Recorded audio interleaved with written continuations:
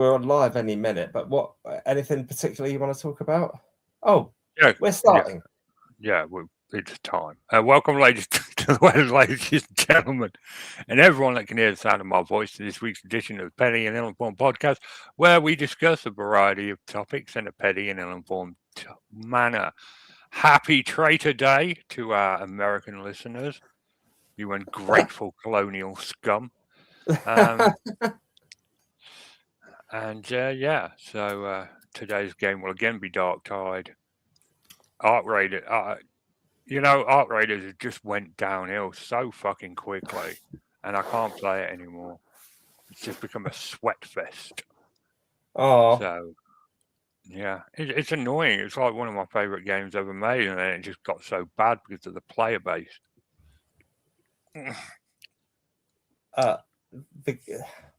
which game got bad? Arc Raiders. Hello, A Space NG. Was that the pirate ships and cannons game? No, that was Skull and Bones. Okay. Yeah, I should do that again. Everyone likes Skull and Bones. Yeah, I did. It was entertaining seeing all those cannons going everywhere. And are all these Steam games run on your PC? Yeah. Okay. Well, Skull and Bones isn't a Steam game. Skull and Bones is a Ubisoft game, which means I have to use their bloody launcher, which even if I bought it on Steam, I'd still have to use the Ubisoft launcher. So. Okay. I mean, I'm so out of touch with all of this. I have no idea what sort of technology is, what the inside of computers really look like now. I mean, is it still processors that are where the speed of them is counted in gigahertz? It's still gigahertz. And how many megabytes of RAM is standard these days? We're well past megabytes. We're on gigabytes. 16 gigabytes is usually what you need today's age. I mean, a lot of modern computers can handle 32 gigs of RAM, but there isn't the technology for video games hasn't reached the point where you need 32 gigabytes of RAM. I mean, that's just bonkers numbers. I mean, I'm trying to think. Yeah, I mean, I think the last time I remember buying RAM for my computer, it was that was a big desktop computer, and you'd be buying them in like 256 or 512. So that's like a quarter of a gig and half a gig. Mm-hmm. And what's normally 16 gig. I mean, I can remember when a megabyte of RAM was a lot, and games were on floppy disks, and it was kilobytes. A kilobyte was a lot. I remember my BBC microcomputer being 128K. And I think that was 128 kilobytes of RAM, which is like that's an eighth of a megabyte, isn't it? Yeah, just about. I think 128, because it goes up in doubles, and then 128 double that I think is 256, double that's 512, and double that's 1024, which is a gig. Well, that's your next order of magnitude. It's very clever, really. My hard drives is 2 terabytes. Wow. Yeah, that fits. I remember when my first USB hard drive was 256 gig, and then after that they were 512, and then a gigabyte. So 2 terabytes inside that. I mean, this is just ridiculous. People imagine if you went back in a time machine, even just to half our lifetimes ago, and explained that, people wouldn't believe it. Well, they would. No, technology has increased a lot in the last 20 years. Like, when I were a kid, them little pads on Star Trek were the fevered dreams of a madman, and now everyone's got an iPad. Yep. Yeah, it's bonkers how fast and far it's come. But there's that much money in it. I guess that's why. I guess. Yeah. I wish What there amazes me is wasn't, because like money's really ruined the video game industry. yeah. It's starting to come back now with the advent of indie developers. You know, they're coming back, and if they didn't exist, we'd just be getting slop. AAA publishers pushing out, you know, games littered with microtransactions and Oh, lame. Oh no, that is no fun. You have to. The game's free to play, but you have to pay up all the time throughout using it. Nah, no thanks.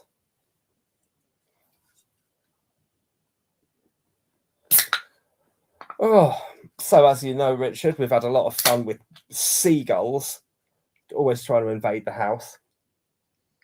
Yeah, Tom sent me a video earlier where he got bullied by a seagull. It was very amusing. Did not get bullied by it. I showed I'll let chat decide, because I reckon I can play it. Yeah, go on, go for it. It's the 4th of July and not an American on the show. We can get A Space NG if you want. She's Canadian. Where's is Gabby not around tonight? Yeah, she's in the chat. Yeah, go on. Let's see what Gabby's hot take on it is.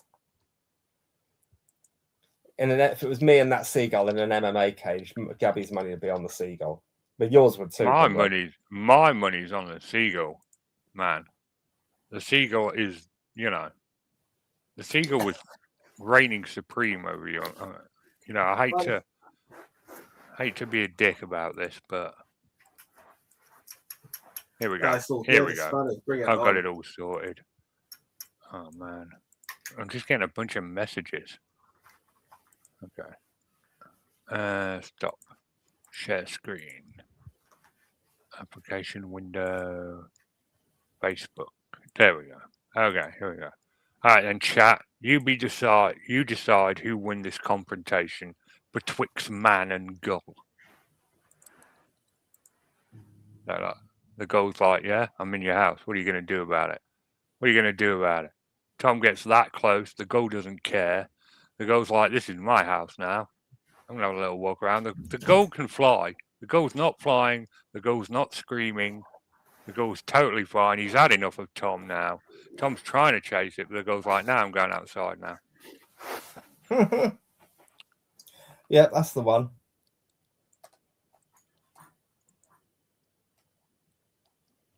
I'm just saying. Also, I got to use the word betwixt, and I never get to use that word, so I'm pretty happy about that. It's a good day. Betwixt? Yeah, that's original. No, betwixt. Is that a genuine word even?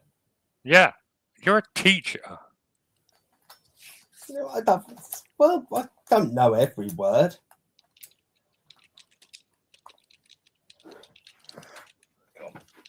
Well, okay, betwixt, you know, instead of between. Back in a minute. Honestly, there's a weird sound coming from the end of the garden. Hold on. It's probably another seagull. I'll be right back. If he gets mauled by a badger, I'm going to laugh my balls off. Oh, right, yeah. Guys, in the chat, mostly women. I think SoFlo's here, but he can't comment because he's banned. If you get a chance on Hulu or Disney, check out the documentary Billy and Molly. It is one of the most adorable things I've ever seen. It's about this dude who finds an otter cub that's been abandoned and raises it and does a good job of it. It's really adorable. And otters are cute. Otters are not cute. Otters are incredibly dangerous. Otters are dangerous. What? They are? What kind of anti-mustelid propaganda do you subscribe to? How are otters dangerous? They are incredibly dangerous. All right, I'm just going to Google this. How many people a year get killed by otters. Not killed, but Otter harmed. fatalities are exceedingly rare. Worldwide, there is an average of less than one death per year. What? Oh my Yeah. God. What? Over the last 150 years, there has been only one documented human fatality to an otter. What? Well, they can attack and they can bite viciously. Okay. The single recorded fatality. 96-year-old man in India was swarmed by an otter cub was caught in a fishing net. A group of otters swarmed the man and bit him to death. Well, exactly. They are vicious things. Don't underestimate them. A human has been killed by an otter. That's ridiculous. What? They do want snuggles, Angie. They are one of the most adorable animals on the planet. With their little whiskers and that little whistling noise they make. Well, I don't know. They're pretty full on as well. Otters. Well, they can be. They can be very dangerous. Is this some kind of bullshit London propaganda that they're like, oh, beware of otters in the Thames? Yeah, they'll swim up and steal your babies in the night. Right. I read an account of again in my favorite publication, The Week magazine. I read an account of three really nasty experiences where people were attacked by animals, and one was a woman who just went swimming with this otter, and the thing was it was really it bit her and it would not stop biting her. It would not go away, and she just managed to. By the time she crawled out of the water, she had many really nasty bites all over her legs. She was really, really frightened by it. What, in England? This happened in England? Well, 99% sure. Well, no, I'm 90% sure. Well, she must have been swimming too close to its baby or something. I don't know, but otters are known to be animals that you don't underestimate and you don't mess with. Well, they're mustelids. Of course you don't underestimate or mess with them. But on the face, they're adorable. No member of the weasel family is to be messed with or underestimated. Honey badgers are a part of that family, for God's sake. Yeah. Well, exactly. I mean, so are badgers. Human beings frequently underestimate nature and get things very, very wrong. It is a general rule of thumb, though. The more adorable something is, the more dangerous it is. I mean, Tasmanian devils, arguably the cutest animal in the world. Also one of the most vicious. Bush dogs, again. Oh, they are so adorable. Polar bears. Yeah, bush dog. The main predator of the capybara. Oh, the main predator of the capybara. Yeah. Yeah. Does that mean they hunt capybaras? What else would that possibly mean, Tom? Capybaras hunt them. The main predator of capybaras means capybaras hunt them. Again, I'm probably not the sharpest teacher in the history of the universe. It explains everything that you're an educator. All right. Here's a picture of a bush dog, and tell me that's not the most adorable thing in the world. Yeah, it looks like it does. It looks like a certain breed of dog, but they are, I can imagine them hunting capybaras. Besides, the name gives it away. I mean, capybaras are quite small, but a dog, that would be considerably bigger. Mostly, oh God, I really need to come back when I've developed a brain cell or two, don't I? Capybaras are quite small. Do you know what a capybara is? Well, I'm ill-informed. The world's largest rodent. Oh, hang on. Did I see? Hang on, wait. I think I've seen this on David Attenborough. Are these the things that jump and hang around the neck, even though they're a fraction of the size of the capybara? Yes. I might have seen that on a David Attenborough. There was some This animal. is the capybara, the majestic capybara. They are massive. They are the size of small ponies. Well, for a vegan who claims to love animals, clearly I'm not doing a very good job of knowing why. That's another thing that really irritates me is you're a vegan and I'm a meat eater, but I know more about these things than you do. Well, yeah, but I'm always trying to learn. Emphasis on trying. Yeah. Gabby, yes, I do remember the marbled polecat you introduced me to. That thing that looks like God's mistake. That's not adorable at all. But Nikki loves it. Nikki cannot get enough of pictures of that derpy, disgusting little thing.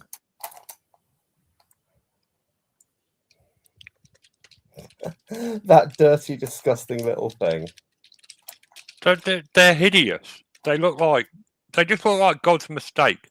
That's the best way of describing a marbled polecat. Here, do you know what? While we're doing this, let's get a picture of it. Give me a picture of this dumb thing. Okay, there we go.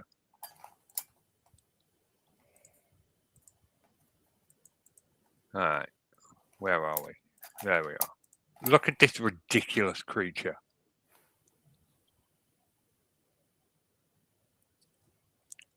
I mean, look at its dumb ears. It's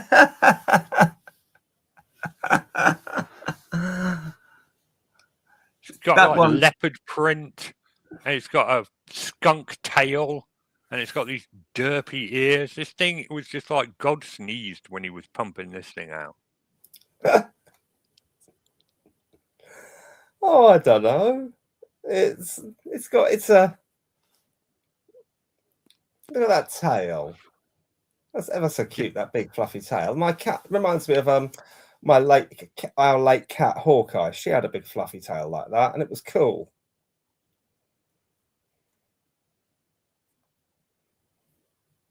Well, I think it was. I'm just going to let you sit in that for a second. Okay, the second has passed. All right, some news. Yep. This amused me slightly. This story, because I thought it was going to be funny, but it turned out to be kind of dumb. Oh, A Space Angie likes the ears, so guess I'm in the minority on this one. Here we are. So, I love my baby's name, but still worry I've doomed her for life.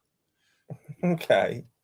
Yeah, so I saw that title, and I was like, oh, this is going to be interesting. You're going to be disappointed when you actually find out what the baby's called. A mum-to-be is worried she may have doomed her daughter for life over the name she's chosen, and although she loves it, she believes people will struggle to pronounce it. Choosing a baby name isn't easy. Even when you've settled on a name that you love, there are considerations you have to make to ensure you're not making a huge mistake, such as accidentally giving your child a name that can be turned into an unfavorable nickname. Yeah, like Richard. Okay? That's just... Thanks, parents. Some parents choose to get a second opinion from family members or friends on the baby name they've chosen. However, as one mum-to-be on social media has found out, that might not be the best decision if you're on the fence about a name, as their opinion could leave you regretting your choice. Okay, blah, blah, blah, blah, blah. Thinks the baby's doomed. I'm having a girl. Nobody said anything about the name being weird yet. I just wanted to make sure I'm not dooming my poor kid. Me and the dad chose Aria, with the middle name Avery. Aria Avery. Yeah. Now, call me a weirdo, but what's wrong with that name? It tells us how it's pronounced, Araya. Yeah, Araya. Well, there's no double entendre or anything really silly like that. Yeah, I mean, I spent ages reading that, and I was like, what's wrong with that? So commenters on her boast told the mum that while the name isn't bad, in quotation marks, they found it clunky with the middle name and believed the parents would constantly need to explain how it's pronounced. One person said, "It's not terrible, but you'll definitely always be explaining how to pronounce it. I really, really dislike it. It's so clunky with Avery too. Any chance you could go with Avery and find another middle name?"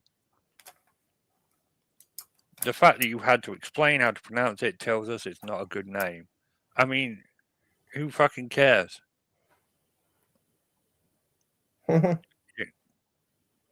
know, like maybe her friends will call her Aria, and her mum's the only one that will call her Uria.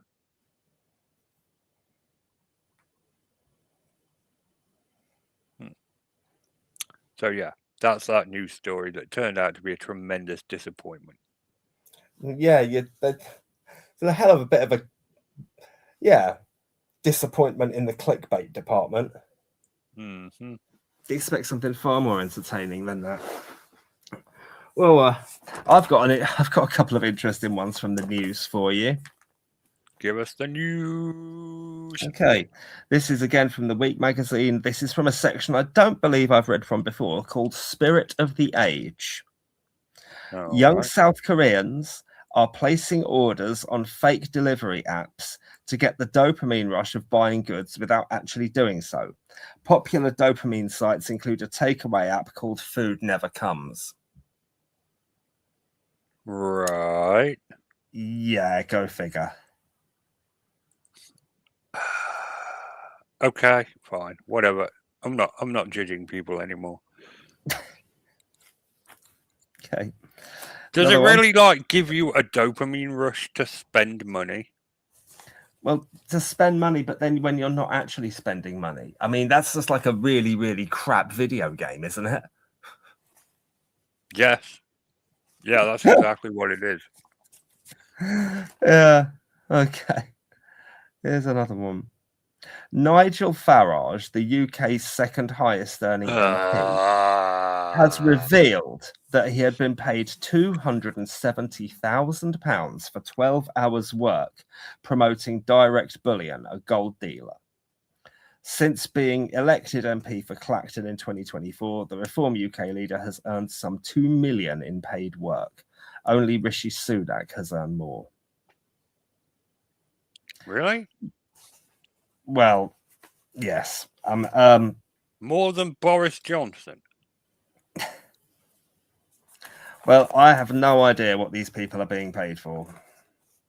But Farage, he's being paid to promote people's deaths and, you know, take advantage of people's fear. Yes. Yeah, absolutely. He is. And he's like Donald Trump is worse. They are openly, brazenly corrupt. They don't even try to hide it. But the worst thing is their supporters don't seem to care. Well, yeah.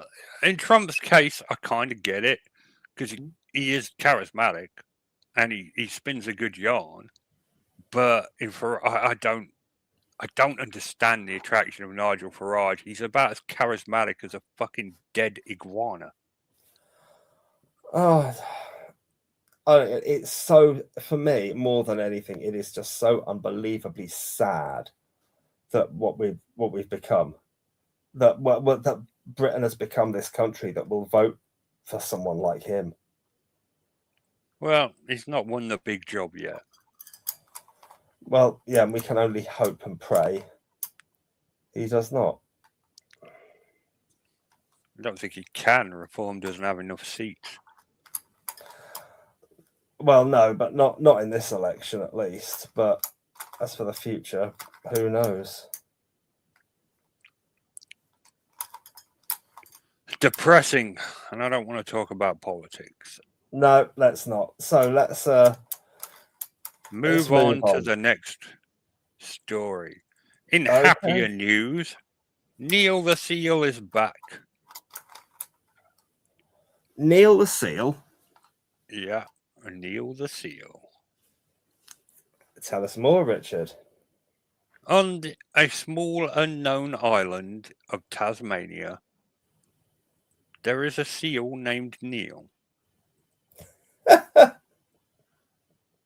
who grew up on the island, who will get off it, swim around the ocean, do sealy things.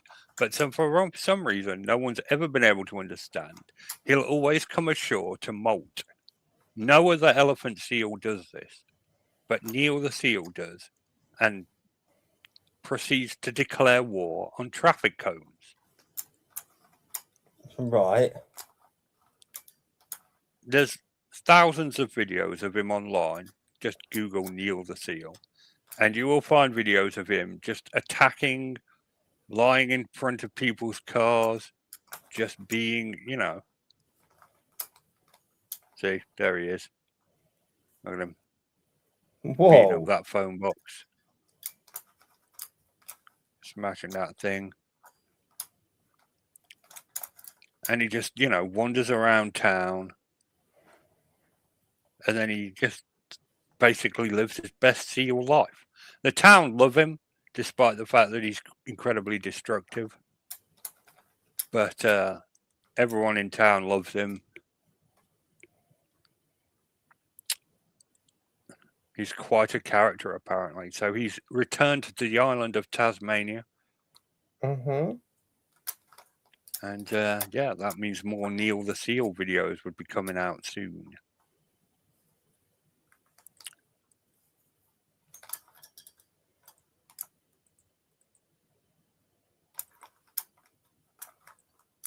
No, he's not. Elephant seals are territorial. He's attacking things.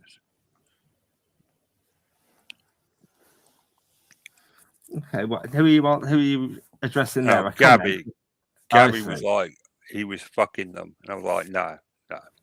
He's definitely attacking them. That's how they fight. They rear up and slam into things.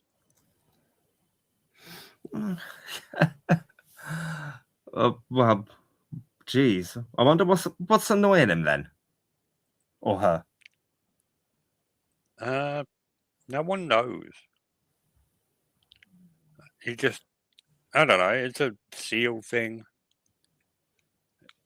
No one knows why he comes ashore in that town. No one knows why he doesn't avoid people like the other elephant seals do. No one knows. He just does it. Okay. Well, God bless him. Okay. I've got to see if I've got a couple more news articles for us. Let's see. It's we're not done here yet. Okay. World Cup fans visiting the US have fallen in love with one of its most popular condiments, ranch dressing. The herb spice mayo-like sauce is proving so popular that the Transportation Security Administration has had to caution travelers trying to take large quantities home with them. Yeah, so your carry-on wasn't actually made for 4 bottles of ranch, the TSA noted on Instagram. Okay. I'm genuinely surprised anyone that's not American likes ranch dressing. Well, it wouldn't be my first choice. It's like salad cream. Americans don't like salad cream. We don't like ranch dressing. I can't recall that I've ever had it. I don't like it. It's like Herbie mayonnaise. Herbie mayonnaise.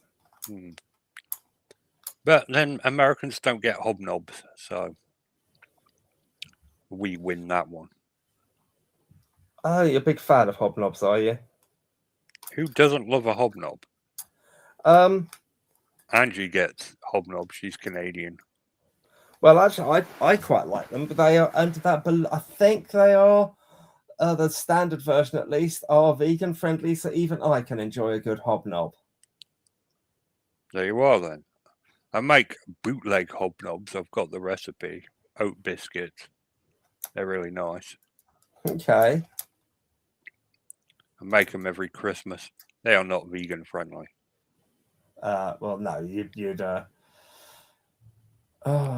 Oh God! I caught my brother having oat milk the other day. I almost killed him for his own good.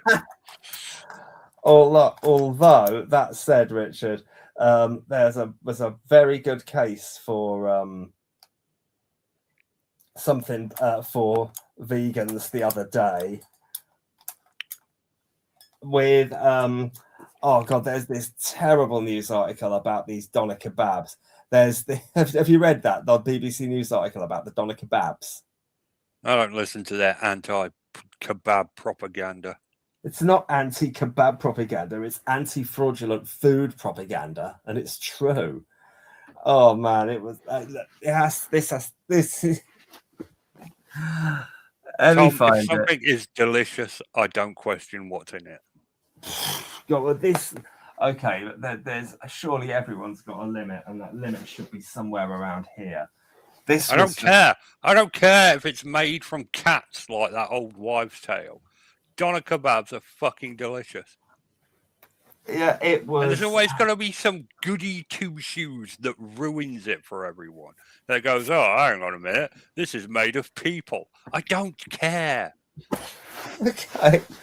Right. Well, I'll hang on. Give me just a minute. We're going to have a look at this one. Is a type of cookie, Angie. I thought you got them in Canada.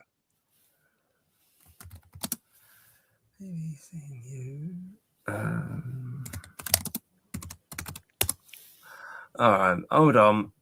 Okay. Hang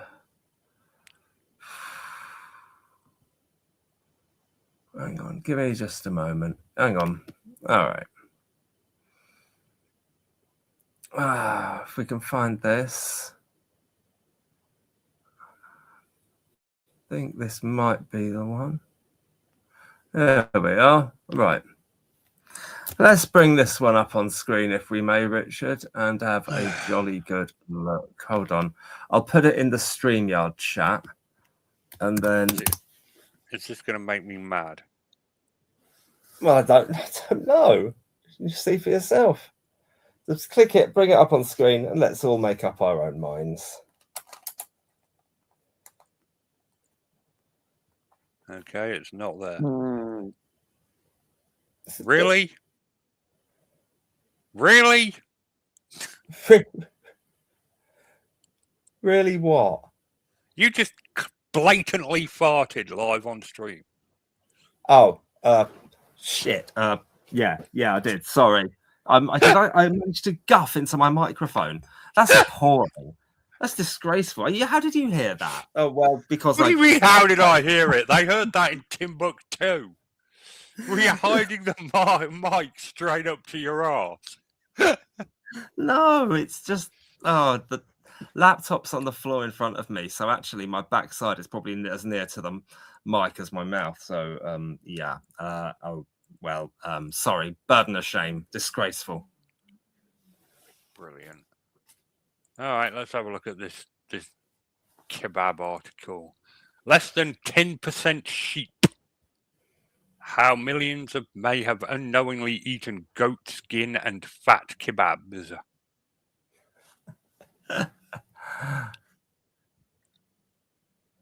Which describes was sold, DNA revealed kebabs were meant to be 70% lamb, but actually showing less than 10% sheep. Basically, they get all this stuff they get a load of animal fat. Well, I presume it's animal fat, not people fat. I don't think we're in the realms of capitalism, but they get animal fat, loads of offcuts of lower than the lowest grade meat you can imagine. This stuff wouldn't make dog food. And they grind it all up into this massive pink paste, probably chuck a load of spices in it, turn it into these kebabs, and have been selling it, and they have been absolutely ghastly. This explains why I've never been able to replicate the ingredients at home. Because I know all the spices they use. They use a lot of cumin and garam masala and stuff. And I've never been able to make one that tasted like an actual kebab. And so now we know why. I needed animal fat and goat skin. Okay, I can get that. So this is far from inspiring revulsion in you. It's in fact inspiring your shopping list. Oh, for fuck's sake. I mean, if you read the ingredients of modern food, Tom, it'll drive you insane. Like, it's all chemicals. It's all ultra-processed. Yeah, it is. You're right. You read that stuff and you're like, what the hell is this? Where do they get these things from? And fresh vegetables, it's even worse because most of them are grown on plantations that have slaves. Serious? Genuinely? Yeah, Google it. You can't buy anything without either supporting slavery or eating shit food these days.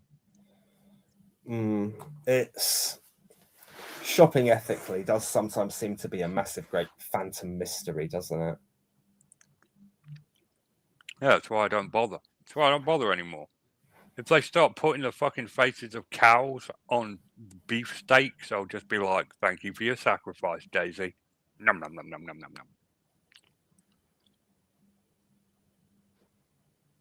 nom. Meh. Oh, well, so why did you turn into a vegan anyway? Why? Yeah, were you bit by a radioactive vegetable? No, I just decided that I always knew I'd turned a massive blind eye to the horrors of the meat industry and to things like that. And I think one story that particularly moved me was there was this. I mean, this is more of an accident than anything, but there was this farm. There was this massive, great dairy farm in Texas. And the cows farting had produced this. There you go. Me farting on air is now objecting to something on the grounds of farting. Great. No, this horrendous. Loads and loads of methane had built up from these cows farting, and it ignited, and it blew up an entire farm and exploded. Something ridiculous, like I can't remember the exact figure, 15,000 cows or something like that. And I just thought, they honestly got farms that big with that many animals in a confined enough space to generate that much methane that it explodes to the entire farm. I mean, my God, it was, and that was just a real eye opener, just the sheer size of the dairy industry and just thinking about where all the meat that goes into McDonald's and the way we've turned. I mean, when we were hunter-gatherers, fair enough, it made sense. But now the way capitalism has turned the meat industry into what it is, and especially, the damage done to the oceans through all this. I just thought, I wonder if I'm going to give it a try. I'm going to give it being vegan a try. And I did it for Veganuary, January 2020. So just before COVID hit. And I found it worked for me. It worked. I was able to find plenty of snack food, find plenty of nice meals, managed to just substitute in things like oat milk. It is a pain sometimes. And I really, I would, if I were to stop being vegan today, the first thing I'd eat would probably be a dairy milk chocolate bar. A Mars bar or a Snickers and a chicken tikka pizza. Chicken tikka pizza from Domino's or from Pizza Hut or something like that with proper cheese on it. And that's what I do miss things sometimes. Probably, if I'm completely honest, I'm probably not 100% vegan. I probably am. Like there was, I'll give you a good example. I got a bag of sweets. I mean, I'm like 99% vegan, to be fair. I got a bag of sweets and there wasn't a sign on them saying vegetarian or vegan. I looked at them from Aldi, and they normally do that. And I looked at everything on the ingredients. I couldn't see anything that was definitely meat based. But then there was one called glycerol, and I looked that up, and they said it can be sourced from plants or animals. But I thought, you know what, fuck it. These sweets are bloody delicious. I've had them once before, and I really want to have them again. And I did eat them, and I may have been eating an animal product. I don't know. I've never knowingly eaten an animal product, but this time, I'll be honest, I did turn a blind eye. So I'm not perfect. I will, 99%, mate. In all honesty, I'm 99% vegan. But the purest and strictest of vegans wouldn't have eaten that. They won't eat anything that could possibly contain meat, and I normally wouldn't. But this time, I'm like, fuck it. These sweets are just too damn nice, and I just really want to eat these sweets. Sweets are. So, what do you think? Are you impressed or disgusted?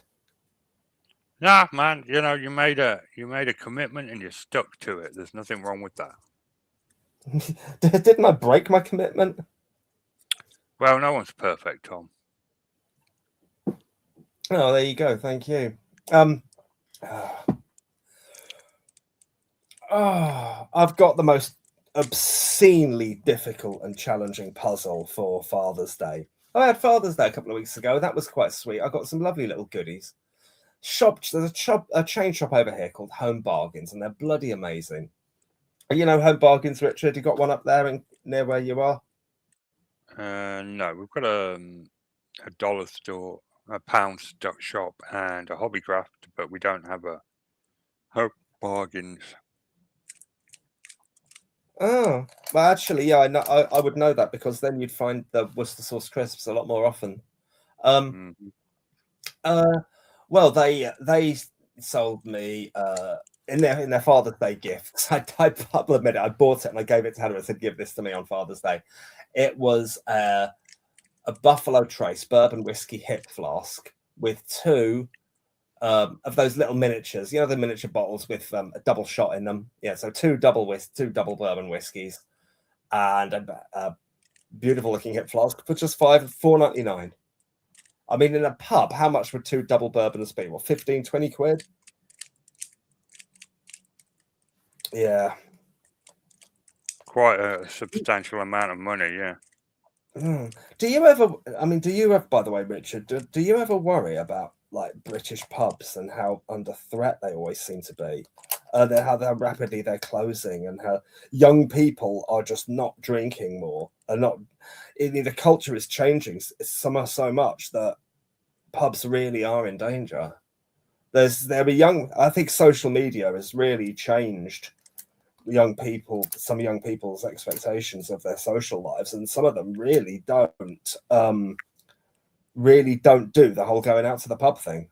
A lot of them. My mate was on our old university.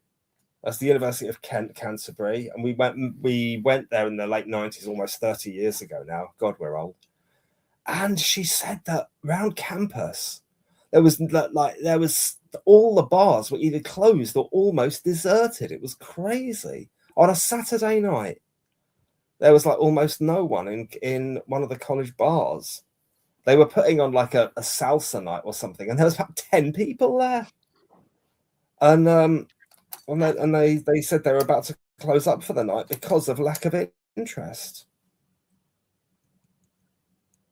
Oh, that's weird. I mean, but it really does seem. I mean, the trouble is, well, I mean, tell me what you think. The trouble is, as I see it, for young people, it's hard. Things cost so much. It's harder and harder to definitely to like buy a house and just to live a fun, enjoyable life and have the sensible money to save for things. It just seems to be getting harder and harder. The boomers always seem to find it easy.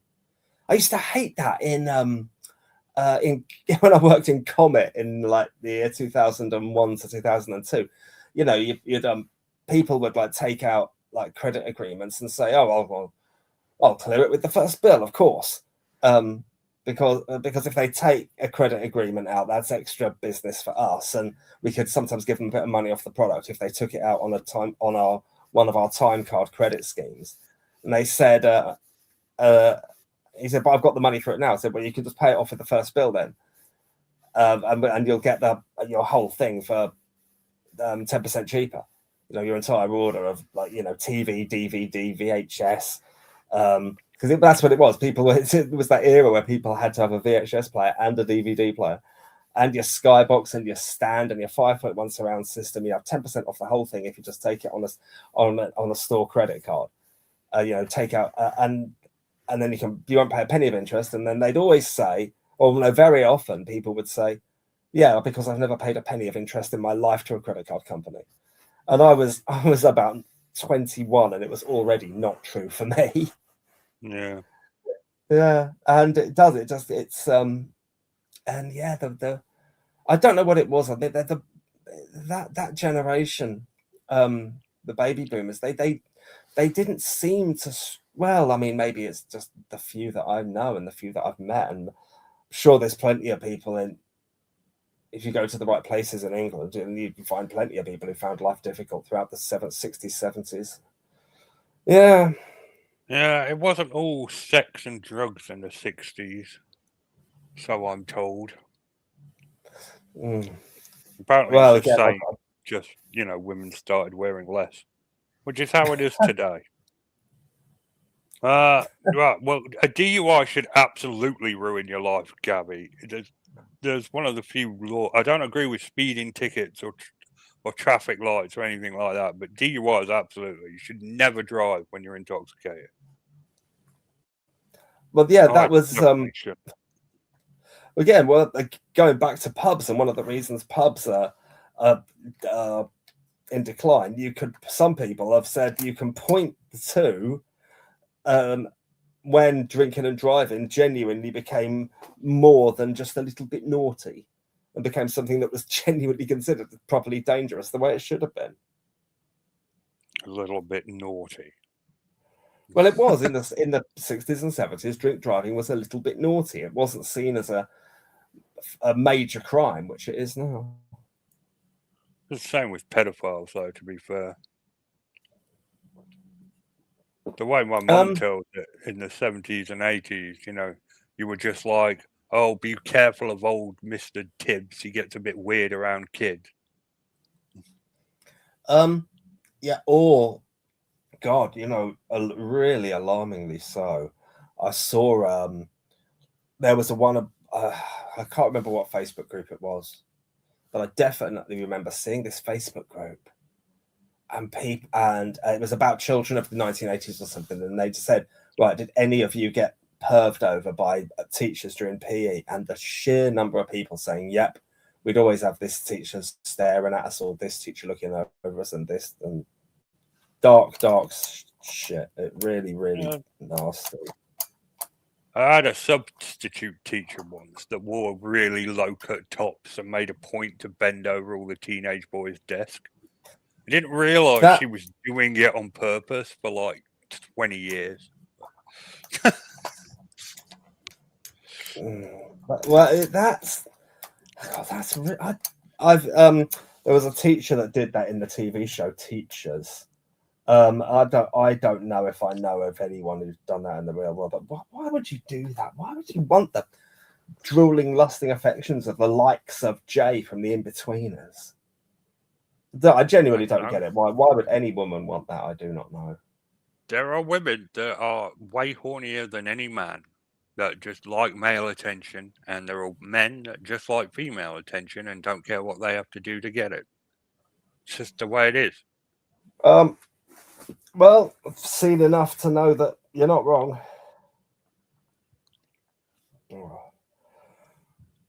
Right, who was that? I had a history teacher who used to call me sexy gross. Yeah, that is gross. Yeah. It's like double standards, though, isn't it? You hear of an older male teacher sleeping with a female student, you're like, gross. Hear of an older woman teacher sleeping with a male student, you're like, nice. Where were the hot sexed up teachers when I was in school? I can think of one teacher that would really say inappropriate things. They would now be considered, a pretty major alarm bell. All right. What would that be? Well,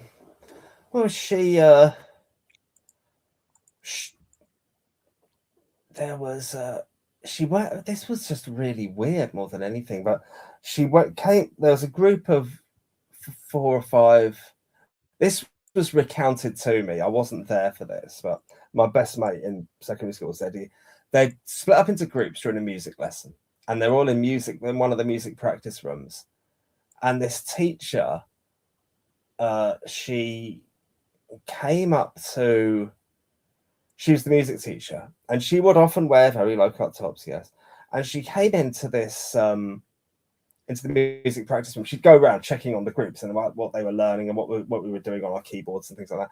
And she went up to behind this good mate of mine called John Kennedy, and she ruffled his hair with her hands, then sort of locked her fingers in, crisscross locked her fingers on top of his head with a handful of hair, and then rested her chin on it. So she's just like resting on the top of his head, which is very bizarre and creepily overly familiar, I reckon. That's gross. Exactly. And he's just like looking, he's just standing there going, what on earth? He was really baffled by it, I think. And me and my mate was talking about it. We said, he told me about it. I was like, yeah, that is really weird. We found it weird more than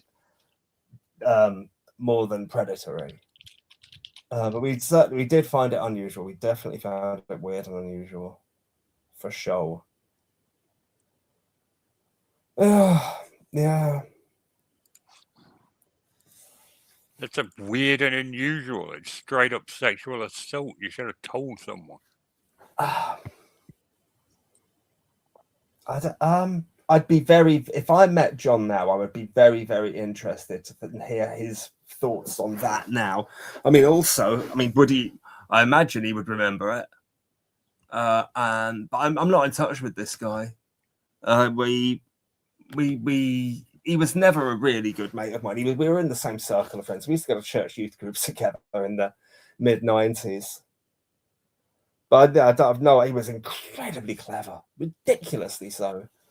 I mean, he was straight A student, definitely, and he got I'm not sure. He probably went into law or something like that. He could have done anything really. He was that bright. Yeah. I'm gonna try and find him. I'm gonna make it my mission. I'm gonna see if I can catch up with my old mate John and see if I can find him. And then I won't dox him on here.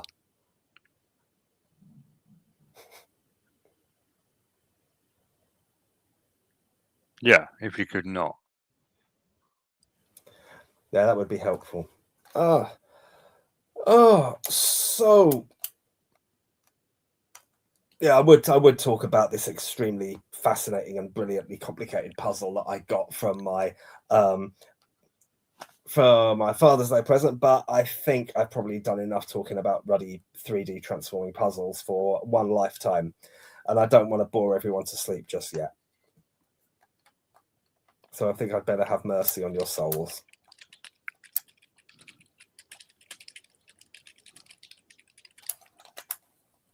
Is that you typing away? Yeah, I was just checking in with Nikki. Oh, hope she's all right. Yeah, she's eating something and then she's going home after picking up her meds. Nikki wasn't on the podcast tonight. But she had to go to hospital. She's okay. Well, that's good to hear. Bless Nikki. Oh, love Nikki. And love you too, mate, whether you like it or not, because I'm a soppy sod like that.